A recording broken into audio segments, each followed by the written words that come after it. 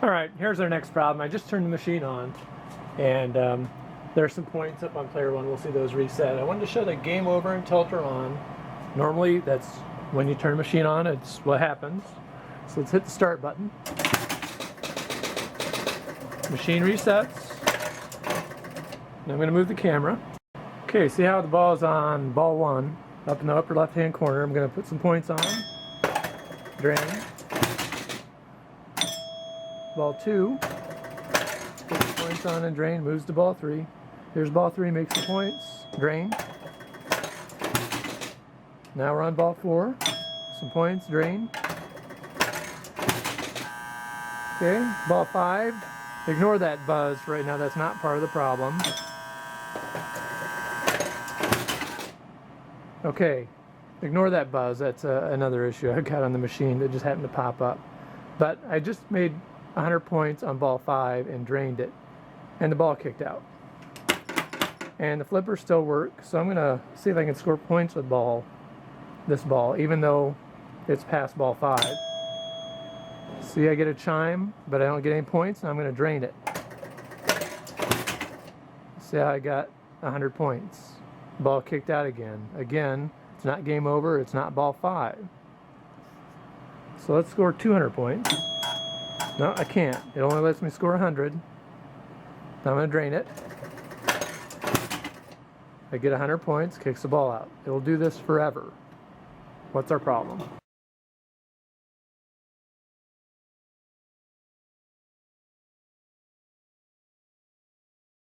Alright, right there you see a piece of paper on the ball return relay, the O relay, between the orange-white and the blue-black wires. There's a slip of paper.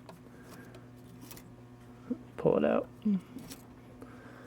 Let's go to the schematic. Incidentally, that buzzing we were having on ball 5 is the double bonus function for the last ball. It's buzzing because I think the relay's loose, so I'll have to go figure out why it's kind of vibrating.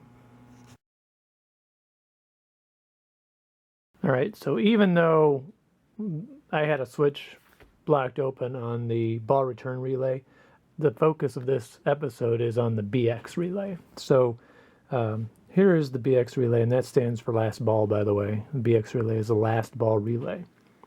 Here's the switch I blocked open, which is a contact on that ball return relay.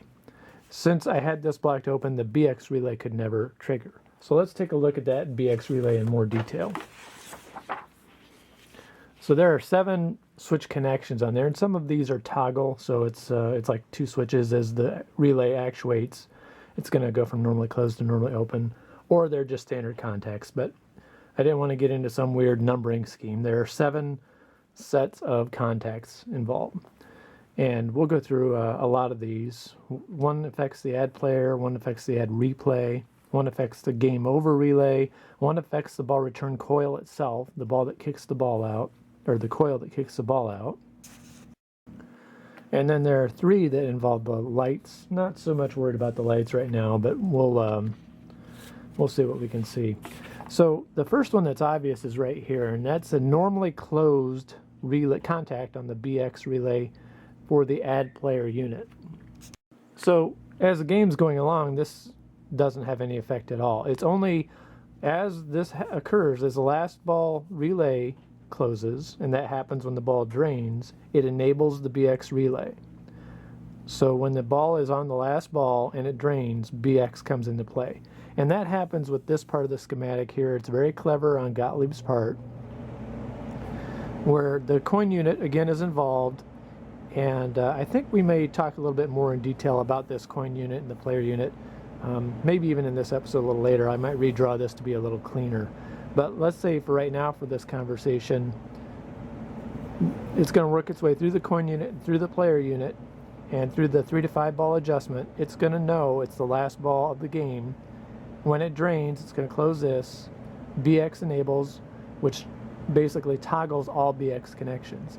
The first one here is it opens this, so it doesn't make the player unit move anymore. It basically disables the player unit. So then there's a BX connection right down here that does enable, and you can see there's another O contact. So if it's on the last ball relay and the BX is enabled, That enables this whole add replay unit, which this is, if you'll recall from a previous episode, this is the match functionality. There's that F relay disc, and it controls on the 10 score reels whether you get a match or not. That only comes into effect once the last ball relay and the O relay are energized. Then we have the game over relay, which has a pair of connections on that O relay and then the BX relay, and then when motor 4C hits, it's going to turn on the game over relay. And we've talked about the game over relay before, but without this, since this can never close in our example because BX could never energize, we never got game over. That's one of the reasons why we kept getting involved. And then here's that ball return coil. See how there's a normally closed BX relay contact, and what normally happens is when the ball drains, the O relay closes, the scorer motor moves, you get a circuit across, it kicks the ball out. Once it's on the last ball, that BX relay actuates, it opens this so that the ball won't kick out anymore. Again, since we disabled the BX relay, it could not actuate, this switch could never open. And then here's just, there's a switch there needed to light the match lights. And then there's a switch here that would enable score reel lights, no big deal.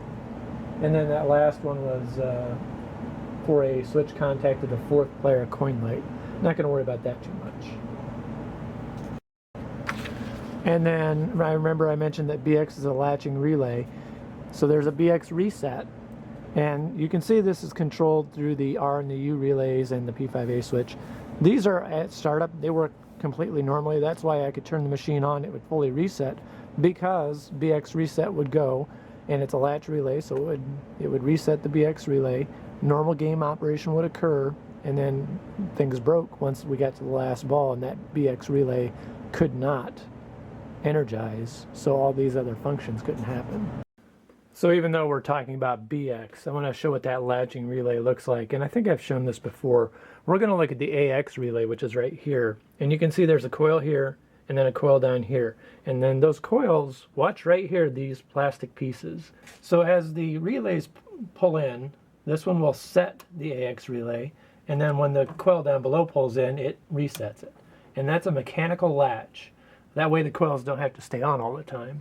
Latch, unlatch, and hopefully you can see right there the arm moving back and forth.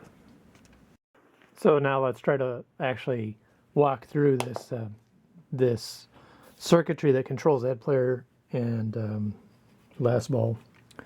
I'll move this up a little bit. So we've talked briefly about these switches and the coin unit in the previous episode, but I want to try to go over it a little bit more in detail. Let's pretend that we are in a one-player game. And we won't worry about these switches. They're immaterial to this conversation. But on a one-player game, the coin unit is going to have all of these connections right here shorted. And then if a player is playing player 1 and the ball ends, motor 2C is going to close, which is going to add player.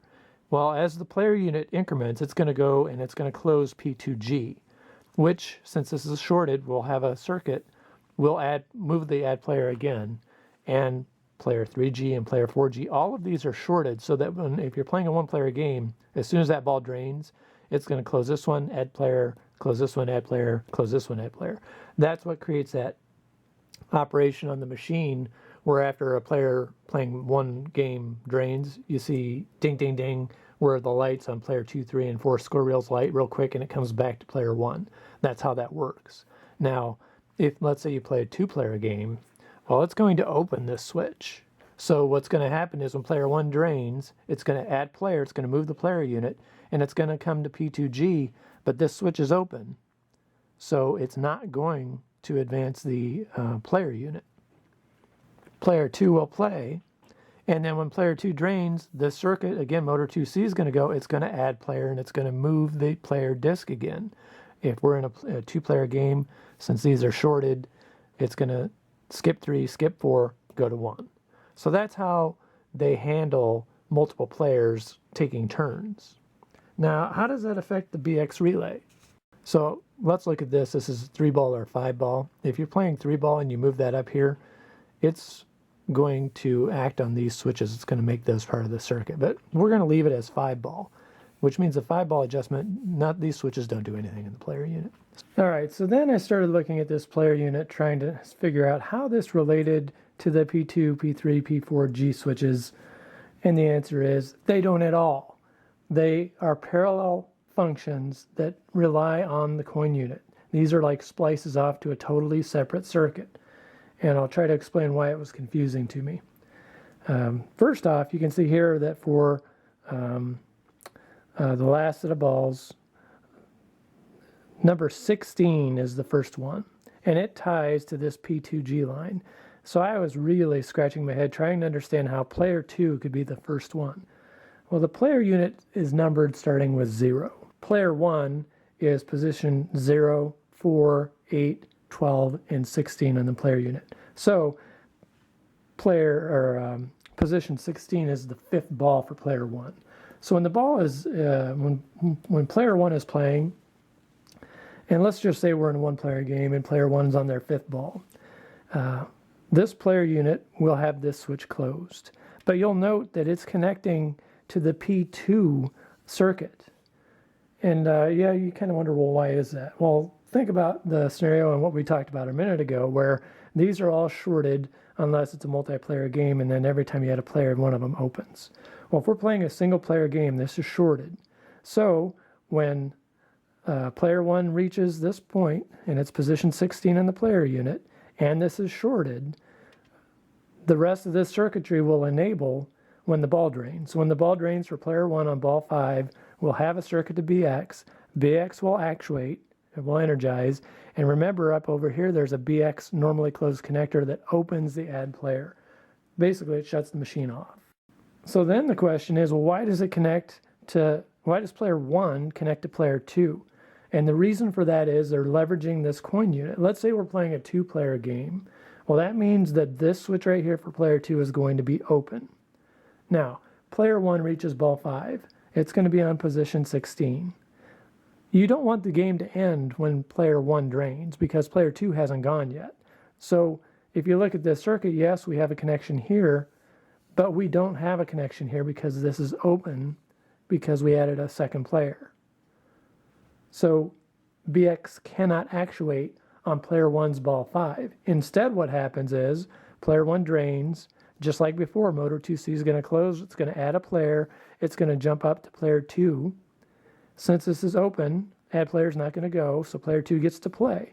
Now, because the player unit moved, it's on position 17 now. Player 2 plays, he drains.